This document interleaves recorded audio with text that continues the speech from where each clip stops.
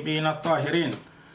بألة تلدافع الكلولا منسو بعدان لكيسون النيمو له على كلا ريامو يا محمد أني محمد لدين بايا نيما سنولو مبي ألكونتون نانا كاچا فرود لا تبي فنا مي ألون كون كافو كاچا مي يكو دينو أنين ترانيا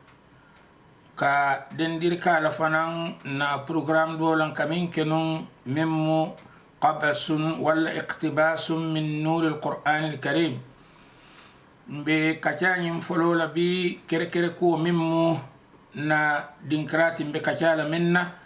wala mu hijo anin banna salo nyimmu kuletimi alon ko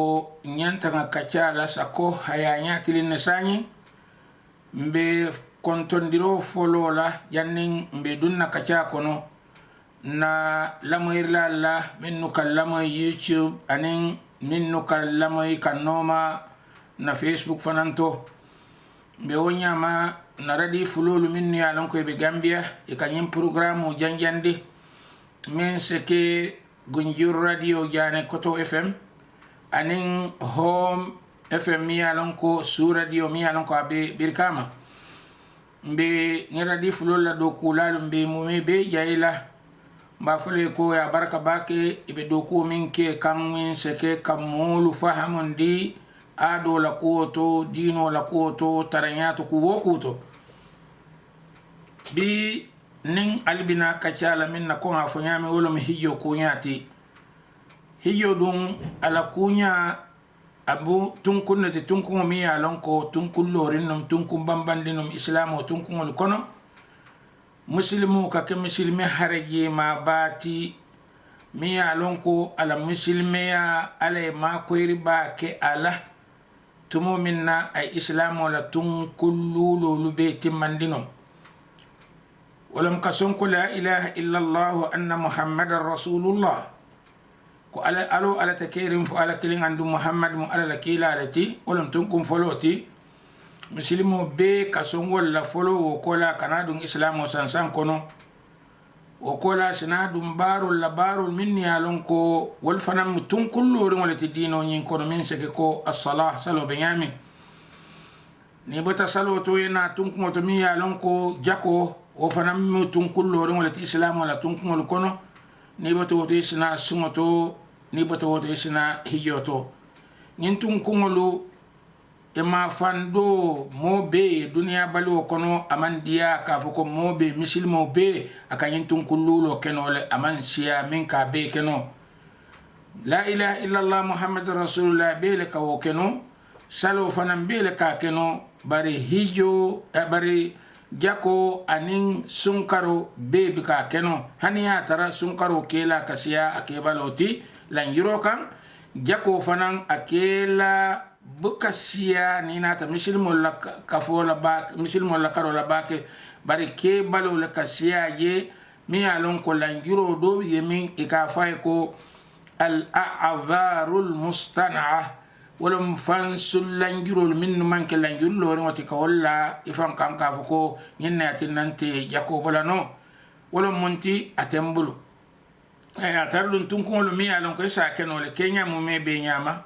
ne atara imanke juloti woto juleya jako ito bolano bar ne atara imusenalati isa sene jako bonole wala yatinna jako anyanta kabole kenya mu me be nyama ni man ke nyim fuloro ti barika kodo ma bonole kodo farania ma bo kartan nim fulo ko isa jako bonole man yanka islam wala tunku mimbe ko jako nga feala barate ni ajibe misilmo kono akela wala doyata akebaloti min ka jako bo wala doyata jakabo baloluti ala kullin tunku wala misilme ya tunku ninata hijo la karola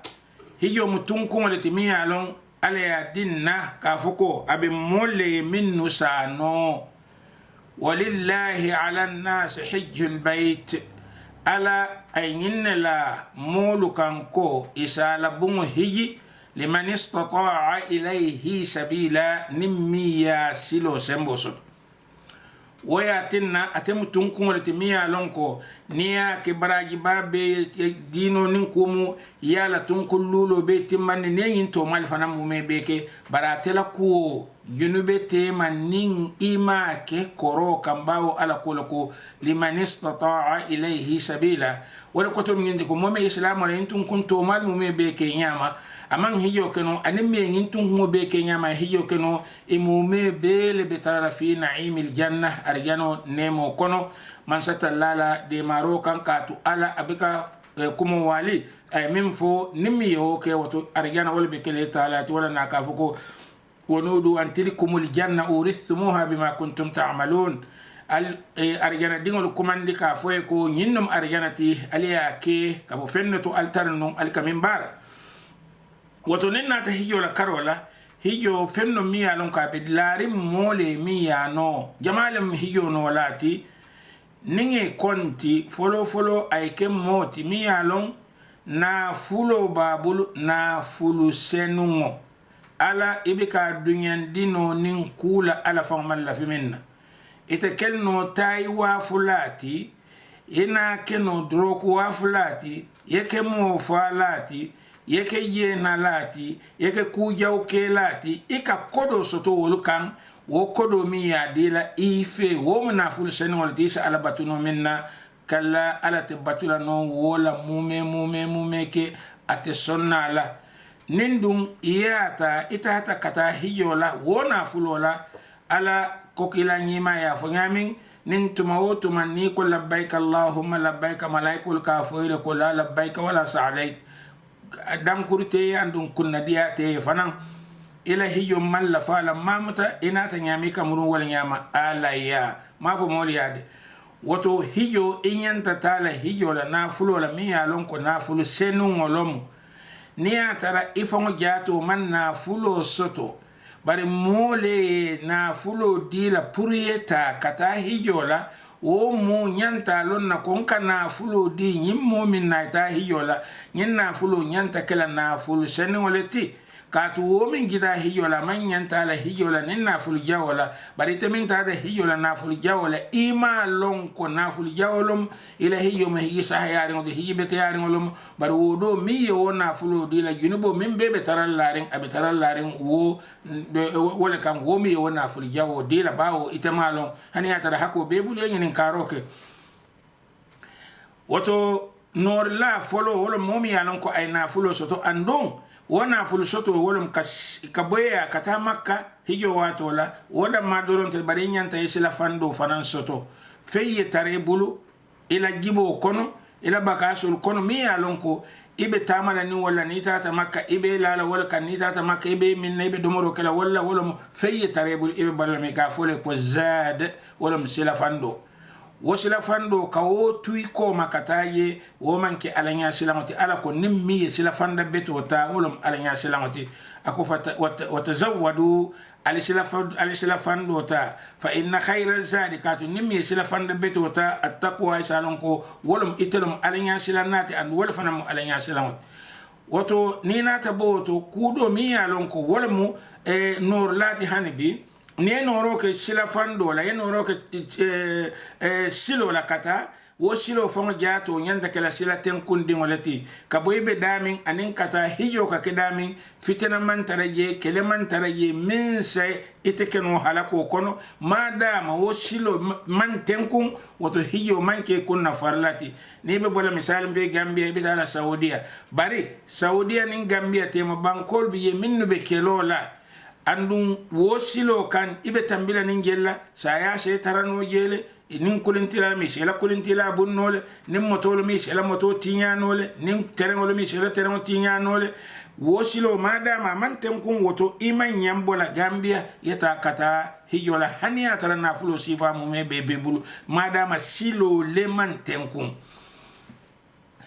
nin aton inata po woto tunkun inyanta kala molati mi yalon ko ibe bola dimbaya min kono ifangola dimbaya min yalon ko ila balu be bulu ila bo ye kana kata makka kana murun nan woluman yanka sada dani koma wala balu nyanta tarale bulle وتيتمي يالون كو كاتيكيتو ديلا إكافوكو مومي يالون كو المستطاع له يتمن هيو كودو سودو بار مولي كودو ديلا كويتا هيو لا ومو نيانتالو نكو نيمو ديمبايا تيو لتي جانا بنالا أنيانتالي على ديمبايا لكانا كسرادان لاتي إكابالو نيامن بيرين أبيي وحكي وحكو نيانتا ترى لارين ديمبايا يلي وتيتي هيجلا إنيانتا إلى ديمبايا لا baluu tula jele fo janning ibina murunna kabo hijol ñenmu noro sarato dolati inganta kala molati fana me alonko yeke jati saho se tarano e bulu ise hijola kulu keno menna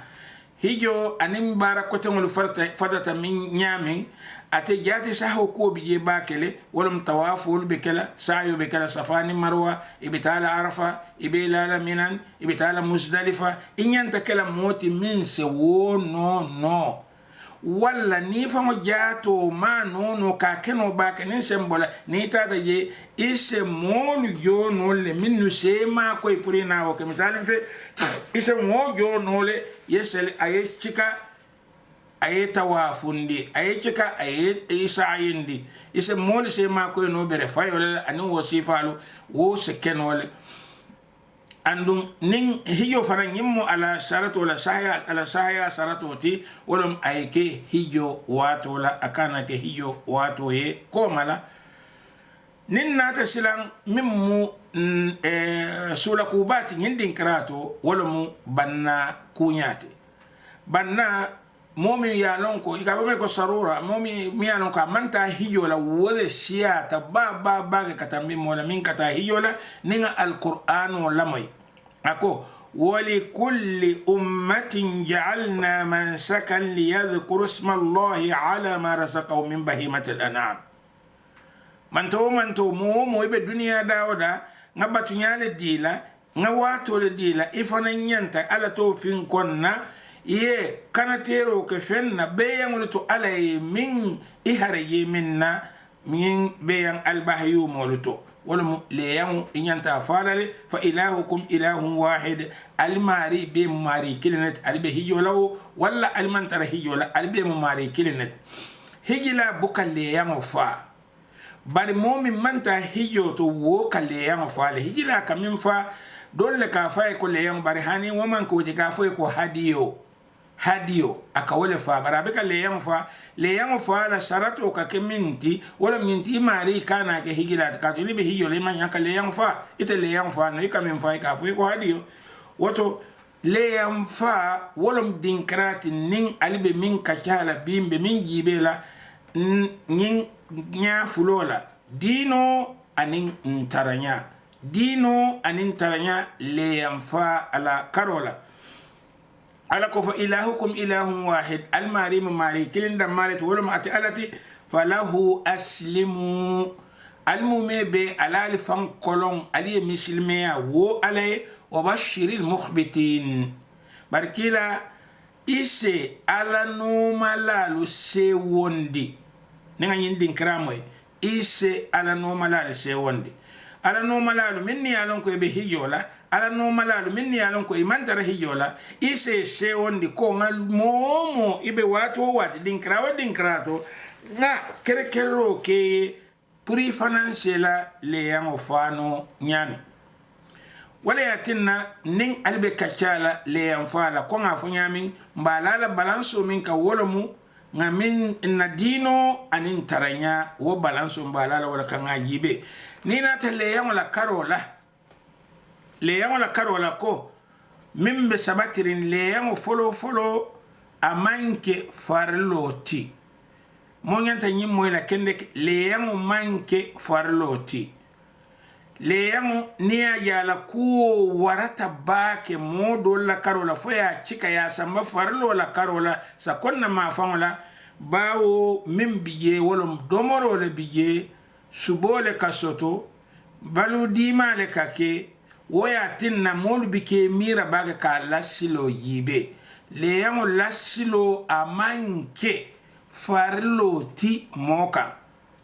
momi yalonko yena fulo sifa mume bele soto abeyanwo akodo kodimawo asanimawo akodi formawo ya mu me bele soto adi misil moleti ise hanle ya million kilim fano kabola na fuloto nin iman le yang fa ala manta inginin kala sinin alkiyama ka foye ko mune ya tinna iman le yang fa le yang manke farloti nse wolom folo bar le yang minati wolom sunna kila la sunno lomu muakkada sunna bambandimba kila la sunna moya lon ka be bambandin mina mu faram fansoti anin farlo tema farlo nin ima ke busobe niya ke jonyima be sunna bambandingo niya ke jonyima be nima ke busate ngaje moy ban farlo niya ke jonyima be nima ke busobe sunna bambandingo niya ke jobe nima ke busate woto leyango abelori nyindinka amanke farloti leyango mu sunnoleti mimbe bambande nin tuma wotuma ni murunte ala la kumo lamay ala foko ولكل أمة جعلنا منسكا ليذكر اسم الله على ما رزقهم من بهيمة الأنعام منتو مواتو للديلة باتنيا للديلة wati le dila kenya le dila ise ala to finkon fenkan nte ala nye haraye minto beyan albahyu moluto akodo manke inte ko dia kuya alake mol mindi alon ko mansata lai haraye dila wolu se ala to finkon akunto amanke dia kuyati wol kunto wala yatinna lonnalu kilinti yembe lonnalu la mafo diamu la ken samul de kontol sifalu hani mbe lonnalu la lonna sabatiri ngolu kilinti yemin sa fo ko le yango mu far loleti nima ke ala be busala kan le yango nyimmu je kuti nyimmu je fana hakil bulandoti fo mo min be tama silo kan leyan wajibiyata kanne ba anyanta ka leyan faale ba walla amanyan ka leyan fa lonna do la karola tamala amanyan ka leyan fa bar ma da ma leyan manke farlo de sunno lomu wodo tamala sa kenole niyata rasarati ayasoto tamala ma da ma leyan manke farlo de sunno lom anunga boko sunna bamban wolum nimmiya ke barajo be ni ma ka junubete woto nimmil la feta ka barajo so tamana kono andun ayalon ko aseleyan fa nole aseleyan fa tanaman taraje aseleyan fa nole bari nyin selon ko mada maleyan manke farloti hakili tuo se taranyin dinkrato kende ke mo manyan ka kodo don to pour kaleyan fa amanke farloti mo manyan ke fango dun julo kono kula ala man min farleyan dima min so hakil maya nyofe fengo mi ya lon ko avanke farloti iman nyanke fango dundi julo kono mi ya lon ko abina kele toro leti sakko ni ya tarema wo julo jono asekeno wo sababu yesino dimba kono woto kuo min manke kunna farloti iman nyanka kuke woto min se sino dimba kono mabo ka be sira dimba bara se sino jel ni mo don to kodola itata le yang sang ye mo don to kodola le yang sang ima wo kodo jo no ni ma jono sila wo marina be kala nya dile albita kitiola ni atara dula dolmu albita kitiola pour yegulo jo andum biriba don to la nin ala la silo lomu inyantale ali sedul londi altema andum kulo ma amanyan ne fam few ka to fenno min manke kunna farloti mina ne se fam dundi fitil kalmata hat wo kusi fal kono fo yeta bulaku kono min imanyam bulaje ila dimbaya al fana ni be lodula to damiana ko ni la dimbaya al malle yang so to pour ka fa wotete moleti mi ya longo kombina mi tana le yang subo nyanda kala nya dile ibe tarala molu ko nyanda le yang subo dile min nula wotete be na faso to la no le yang subo dile ko le yang fala mi ya longo ay le yang fa nyin sarato kan ni ya taran ka fa ko ala ya maro di nyame ku kilim bigem binawo folo le yang fo jato la karola le yang fala sarati sabale biye ku sabale biye wonyanta bankela le yang fala la karola ku saba le yang fala wo mu sarati lori ngoleti le yang fala ni wasarati folo folo wala munti ay nyin soto ala nganiyo kono ko nyin ni si turade wala nyin nyonkomo wala nyin sajo wala nyin ba mbina nyin min fala mba kerekere pour ay ke le yamoleti mba kerekere la ka ke le yamoleti ay ke qurba fenti min se sutiyandi ila Allah subhanahu wa ta'ala man satallala woye ke mari la nganiyote kana fendo nganiyaka iman tale yang fala pour subo kamma ala ko la yanalu Allah luhumuha nyimbe yang lu subo lu buka futa ala wala dimauha adu nyimbe yang lu yelo lu fanam bika futa ala kana fa kombe yelo mba fala pour ka yelo le bon hani mba fala pour ka subo le soto hani afa ala nyaslan kan ko ala le ya mar ko yinke wala ya tinna iba fala ala le nyindan die ko nyanta le yan fala le wala ya tinna iba fala wala musarati foloti ay ke kunna kulon dinti ngani ona karola ko mbe nyimfa kan fakat pour ala le ya marola kan amanke nyinte ka ko asubo wala ayelo sarati fulan jang wala nyinti nin tumo minna ibe yin sarato taala nin tumo min ibe yin ngani taala ise ngani yin se sutiya baake anin leyan la fa tumola be min na jawolom ni ya tara sajio le bebul bal le bebul ni sol le bebul wala beyon le bebul ye kilim mutaje da min to do ko nyinde ngani kere pour ka fa le yangonati woto wonyanta taral lorin ma baya bondi kore kon barbutun wonyanta taral lorin in kamma le yanfa wato le ni le yanfa wato si don anyanta kafale nin sa yolomu banna wularo anyanta taral mararina kana yeman ikoto aita kantaro la aita la kota monuto bawo ya kere pour wole woto anyanta taral lorin pour wo ya tondi akana ila kere kana jenke akana tinya yengi ni muta komba fala woto amuta akana kana ibulo kono nin kore tolomu wo somo abe ko soma be kelle be fen ko ti atondi le amfati wote o ni so min kere pour ka fa wo mara nin kamma soma ni sula taala akana ke bulu ku ko lemata nyimu je saratu woti fana niya tara itemin fango jato ele yangobo ifanga sele yango nyin kanate no ifanga ya kanate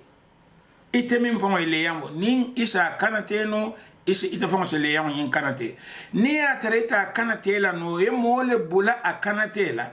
min nyinya ta aya kanate ifanga nyala aya kanate ifanga nyala dole bigen na taro nyato ntaranyato sa foi ko nemo bele yang fala na yebulo ta ya la wo maren ka ni aterete ta mo le yang ti wala be wo le yang fa kan ali tolule ko bina gela nyato nyami woto ngen sarati sabol musarati lori walleti le yang fala ye ko kilim bige mi anon kon sina wo fo janni be dun le yang fo jato la sarato kono aseda no moli e kafunyoma asedano moli e kafunyoma beansi fa fula ise denno mo worro la nyon adata no le yamala silolum kilin ya fa ifamay bari butun adata le fanan moli e denyola mo worro la ni sikilin mo worro la nyon kome killing wo datale bari nyin killing mo woro wulo kili wo killing alanganiyo nyanta kala minti wala nyinti leyango alanganiyo kana ke suboti akana ke yeloti mbe leyango mbe kodo abeko batunyin barayi nyino le bijama ka ko domoro nin kono faale bi hani ya tara fenno mi yana ko nyanta domole andu anda sa kono fa sambalo na barakana ke kere roti subo fango ko jato kan ay ke kere roti ala le ya maro min dita anin kila nyima la sunna bambandin ka wolondi wise ibe itol mume be la nganiyo nyanta kala walate ni ata la nganiyo manke wote hani fo dole be kono minni alon ko wolu ye mo woro wala doko ntade subuku wala tinamba kala wo mi wo fo subuku mi ro da madun waya tinale atinyanta jenkela nyin kafunyo mayala le atumanyan den na jeni safa andon faro ni denyo ya min fanan be kala je abe kala je le jannim be yan kafa ite be yan fa la foka bang wo kola moye na yela ni so fa foka ba ko ni be denna ni so tole aya terete a fa la foka bang ay do dila kodoto ni so nyin songoto wo man sa ya anyanta kala jannin atondi kanatero nyimbe kala yo sarati do biye mi anon ko wobe saratolu minnu be lorin sarati nani lomu min be lorin pour beyango ye igita min kanate sarati nani wala be lorin beyango la sahayato pour anake le yanti wo sarati nani wala munti folo itemi ya lonko ibe le yango nyimmin fala wo le yango nyin ya mara nya sahayari wala mi itele ta mu ati wole yango min iba fala itele tamu ati mana ya sahayari mala akana ke ko wole yango nyin ya sang nin kodo la min haram kodoti wole yango o man sahaya purina ke le yango ti le yango pura ke le yango sahayari moti min ba fala wo nyanta le yango nyin marala maranya sahayari mala akana ke tapaleti akana ke haramuti akana ke kamola fenneta akana ke sila de silomi alonko ala madandi wo musarati foloti nin misalin fe ko le yan sunyale nata dila wo man sahaya purina ke le yan ti nin ya pita kanne ye mol forcer ala fem busi ala kene ba de fo nyala bar mi ya forcer sembo ay wala ta anata ditela isa lon ko fana mu me be man saya pour ina ke le yanti nin misalim fe momin akadolo le waf momin kadolo le waf ay na fulo soto akadolo le waf ay na fulo soto woto ay kodo di ay le yango ay be yango sang ay na ayadila iman yanka wo mutakatu amaranya manke maranya sahayar ngoti aboda fenne bala fenmi yalon ko man satalla man lafi ala wala sarati foloti andon le wala sarati fulanjang wala mu anyanta kela beyaneti dino la karola dino ye minnu dandi purina ke le yamti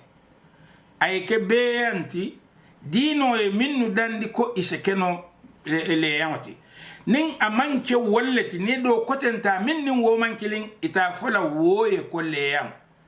ngin din kra hakili to biye ba anim minaw be mukilin nati ni yibe kenya kamulum ba idanya adi halaliyat al minaw anim ba imume be halal fe wala din se do monol ni daga konkotongol fanan ini wol dol fanan be wala nyama be yangol be wulo kono minini ni solu kanyanta warola nin sembola bari mantar marari mol bulu bari wolu ite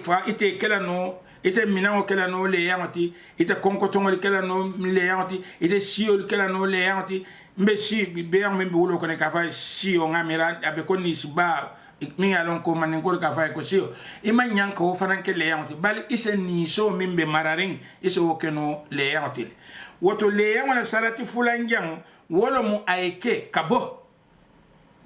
atondi nyonkomo ni so sajio wala msa wala ba nyinku dantamulu le yango kabono wala kono naam niya tara modol be balurin dunia kono ning modol be balurin dunia kono wala beyangolu iman tara nyimbe yangolu fango kono konyonkomo fango bawo beyando biye minni nyonkomo kamulun bari wo beyango fanambe mararin itolubulu wo mu afansun kudole ti madama nyonkome tebulu andi tolla beyango minni nyonkomo se mulun domanding a beyango be bulle andi ka marale ay tare bulu ko nyonkomo katara mol bulu nyamin wolta ikafe ko luwa sharia wos kisila wosila fo istisna taraye wolisa fa nole nin sarat ibije andu nyimu sarati sabanjangoti sarati sabanjango le yango la karola le yango nyinyanta futala siola be yango nyinyanta futala siola sio mi alonko asasa hayandi puru anake le yango wo sio wo fanan moli ya yokodar le ya jibe bawo le yango nyanta fala nintumo min na kamal tambe kamalo min na yolo ma keno be yango te wulula bilo ya fala le yango ti wala na yemin suwandi sanjilulu niya tara misalin fe nyon ko mosiyo sita wala wo se keno le yangotile ay sangilulu kamali abinadu na woro njam kono wo se keno le yangotile niya tara ni so ay sangi fula kamali abidunna sabanjam kono wo fanan se keno le yangotile nimba lo mu ba niya tara wo ye sangi killing kamali abidunna fulanjam kono wo se keno le yangotile niya tara sagiyo lo mu sagiyo fana niya tara ay kari woro kamari ay kari woro kamali abe dunna woro wulanjam kono dolla jero to wo fana se dun asekeno le yangotile nyimmu saratoti min belarin beyangol siyoto min yanon ko nyanta kefa le yangoti ni nata sarati saba nanin jamu min belorin beyangol la karo le yangol la karo la hanbi wolo minti le yangol nyanta kala beyanati min be kisarin akana ke beyanti mi yanon ko nya kilingol bala walla be kuran dinne walla ka juma le juma nya jawo walla abina kilingo katitale akana ke beyanti mi yanon ko ngaibo bala akamoni ninno musarati nano ti mi yanon ko anyanta beyan wo beyaye nyanta ka fa nin tumo minna bina le yangol nyimfal sila ninnata le yangol sila ninga fa min nyanta kake le yango mi ya fa itami le yango fa ku saba inyanta wolonnal wo ku saba folo wolom nyinti adate le ni la dimba yalu ali le yango nyin subo do dom fulanjango albe talaro kala kabole yango nyin subo do to ali wota ka ke hadiyo ko to wala mundi ka di molla min be sula ngala amanke sadati de ka di molla min be sula ngala ka di sabanjang wolomu ka taladula sabanjang ise woke sadati sadani hadiyo minimi tema faramfansoti hadiyo wolomu ika fengo min di iman la fi jola bari ya di min ya bunya kanne doron ika fele ko hadiyo bari sada wolomu nganyin di nyin kamma ala se toro bondin ka walla se kairo kenyi walla ase nafadina walla se ika sada ka bokule sabo kammala wota data le amfala ele aye nyin ku sabolu ke ala leyang sila leyang subo fanyanta mabola fama nyam mabola ba mbe mira le jammina wala nkolo ko dino anin taranya sanji wuli killing sanji kemenani e ko mala leyang o kafale sanji wuli killing sanji kemenani e ko mala leyang o kafale bar wo tumola leyang subo akamabo no le ba ko bi akamabo nyami bin se subo mabo no nyami mo hakilo bela iman ke ko ikavome ko suruntu kuno ninga deuta do aka ko dum banko kono da ko mo bukanji atara mo be nyaba ni mari iman sile ifan hakilo ka wotumo subo kama bo nyami sanji wole killing sanji kemenani ko mala anim bita man killing bisa subo ma bono le kat min siata han sanji killing fonta belari bulu adi sulata wati ba bete mala taralaye waya tinna kila nyima e fatandiro kala nunko mo kana le yang subo domu tili sabakola ali mira doron kila nyima bali wala sate min kon madina ninga foko misal mo wuli tan anin sabal biye wo mo wuli tan nin sabo mo wuli fulo be nin kum ibese le yang fano ni ata mo wuli fulo anga foko mo wuli kilin kemelulu wol be le yang fanyo la sinya kilin wati kilin ali amina subo be tara madina kono nya dile wo wato kila ko alikana subo nyimabo alikana subo nyindomo tele sabakola katu domoro ka ke pour adama dingola jaje sa wala kamala wata min domola o man yanka ke aye toroti bar wo kola kila nata fol fananko alise subo nyimma domo no le tele sabakola bawo niaji be al hadith min sabata ka foko naha an akli luhum ad-dhahaya ba'da 3 kila fatandiro ko mokana le yamul subodo mo tilsa bakola thumma qala ba'd wa qala nata fomori kulu wa tazawwadu wa dakhiru al subodo mo ala li famu sila fandala andungal se do mabono jel woto nyin ku sabo mo mebe se keno jele hani ya tara kila da sahibo dole biye membe ko sayyidina ali wol sibalu wol ko ibeka le yamul subo nyin ibeka mabo wol beka mabo mo meke bar butum min bi je wala mu jati saho adama dingo la kuoto dino la korosirobe walet ni ya tarebe min do mala be kele toro te dino tanolo mota amani imanya do mala ko ngami yitandino kabirin ko foloto ko molu se den no le kale yango fa bara le yan sifa fula damma doron ni so anen nyonkomo andu wo fanan akana tambi mo woro wulala ni si killing akana tambi mo woro wulala nyonkome killing akana tambi mo woro wulala na diata mo fulay de mo saba mo nan jankodon akana tambi mo woro wulala wol sahaya talbawo abdullah bin jabir bin abdullah ay nyim fa ko naharna ma rasulillahi sallallahu alayhi wa alihi nga kanatero ke beyan kanatero ke wolum le yamul ngi fa kila nyi mala watu al am hudaybiya watu min sambi ka fa ko am hudaybiya ako badana tan an sab'a e ka nyonko mo fa mo woro wulaye wal baqara tan sab'a andum nyonko ni so fa na mo woro wulaye wo kan woto asake no le ko nga yinne fo doron nin tumo mo woro wulor kili wo kilimbe nyin kala ngani e ke yindi kombe le yamul fala akana ke yindi kombe subole soto la subuku ho matinna gato ala ya folo ko ala man haji soto asuboto aman haji soto ayeloto wala nyam jannin kana programme kum fa bi le yango fo mo sa fano moye mi alon ka man tara balurimba fure nga fali andi ko misal be momi alon ko iba fat o ifa fat barim fat la mo fat foi se le yang fano aiba nyindin krato ko nga fo nyami le yango manke farlot le yango musunno leti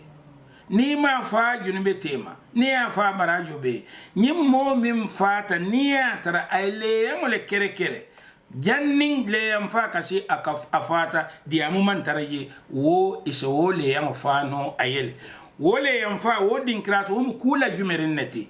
bara manke dia ko ya farlo tide ala ketala wali hako soto ka kuka ye bari jama bake ketala fana ni ambe mfa walla mba walla mgita momin ke ay nyin le yam parende pour ka fa na ta fa diamo fonti ya asundumo aninga jato be ka sonne nyin le yan nyanta ka fa woto ise le yan fa no moyele mi ya lon ko afata nyin sarato kan ni ya tar aya kere kere le jannin akafa bari nin ama kere kere few le yan fa wato sita hako be bul sembo be la noro be la yete le yan fa ne fa ko mbatu ngana le yan fa mfaye wala mbaye wala kariye min fata foka bang andila kerekero e kenyinti barajo min ala ya kadile yam fala la aso barajo di wo marila kila sallallahu alayhi wa alihi sabatin leko fure wati o wati ni doa ke aye akafutala woto barajo se futano e wo mola mi alon ko le yam fata le yam fala mi alon ko dimbaya tiolo ala muso na dingola ni ngala dimbalo wa bal nga fali bebe siri nyoka fo anyenta le yang fala kiliwo kiliyele ba wala kiliwo kiliyenta le yang fale so nyin kono yele ba hani amanke wo nyama ni ya tara dimbaya tiyo mi musu tiyo ti ay le yang fa wo le yang se suo mu mebe wasano le ni ya tara mobe kono fana wo dimbaya kono mi alon ko ate fana e sembo so kale yang fa tanaman tara ga se le yang fa no le wo dimbaya kilin kono le yang kilin le yang fula le yang saba se fa no le min fata le yang subola karola ibe wole kelaji doye domo doye ka hadioti doye ke fenko ti atondi sadat nin nata kachala banto sanyi minum sunnoti le yang fa jato la karola yakul minnu kanu le yam fala nyiye nin nata kila nyi mala sunno la karola wala mu le yam nyin anyantale momi be le yam fala inyantale ikana domoroke min nyinyata ikana domoroke fo nin tumo min ne bada saldula yena yela le yam nyin subo domo dol ka fo ko ya abunyo domo konna ado to abe nyami bar han dino fanando tanaman tare yesa abunyo domo nole wala ya subo domo doron andu nyim je kunyima di fanan le yango imanyan ka fa niya tara almamo be lorin albulu almame sabatirin albulu wala le yan fa no le yan fa wo kola albese le yan fa wo mu je nyinne pour kan damal ka fu niyo man kana tara walirin na alabatu kenya to ko d'accord tan mo kilin tambin ko mo na almamoti woto ngaya karo ka woti ko atelebe ma beri nyaato ko kila nyima sallallahu alaihi wa alihi abala saibo nyaato nyama bala manto famu mebe nyaato nyami nyimu kunyima ko ngamin fon folo ke mo fam fam le yan fa banita fa no modo sa fa no andise ma be no afadula tole wala ise mo bulan no afala alhaniya tara ifam man taraje andun nyimu sunno tije fanan ko nga tandi nyamin nun asubo itala sidula sabati ko akafo nyami bar kol min mandale yan la karola wala minti iman yanka subo wafu ikafo ko haniya tara ni sifala itafamata ni sofa no kadu ni sofa mandiade nimle yanti ko adam malbe ni sofa la kabi sadio fala nyami han sadio fam fu moli makoy ni atare to no la fo mo min na do ko ni sifati iman yanka o mari fam jato jo ala woni sifakan barisa jono ise diri ke no ala kabolle yan ngin suwoto kenyala mi alon ko asa kontan fo ni atara fere tiye akoy nimba fala iben jolale andi tata fala no to nyanya woto faya jo bawo langiro nana ta wato wada ko dandi le mi alon ko amanda iye mume atondi nyimmu kunyima fananti nam isele yan subo isa karado be dino ko ngafanya min num folo isa dino isa karado be dino ko hadiyo walla ye hadiyo nyindo ta ye yedoke sadati andi sa dino nibe asubo talala kabo ifama bala kata santo wala mu ibade wal minnu be dala isi nyol minnu be dala iketa misili moto wala imanke misili moti isela le yang subo dino ilale andung ise kontane dino haniyatar imanke misili moti bawo min bi yewlum kusaba ifama ya dum yedoke hadiyoti yedoke sadati akamulun ko kila sallallahu alaihi wa alihi nin murunta ala hadithu kan mi ya sabatin di kolle yaw nyanta kafale wala minti dhaha atakila kanatero ke sa yifulala minni alon ko ibe koiring ayin fo ala kanatero tumona ko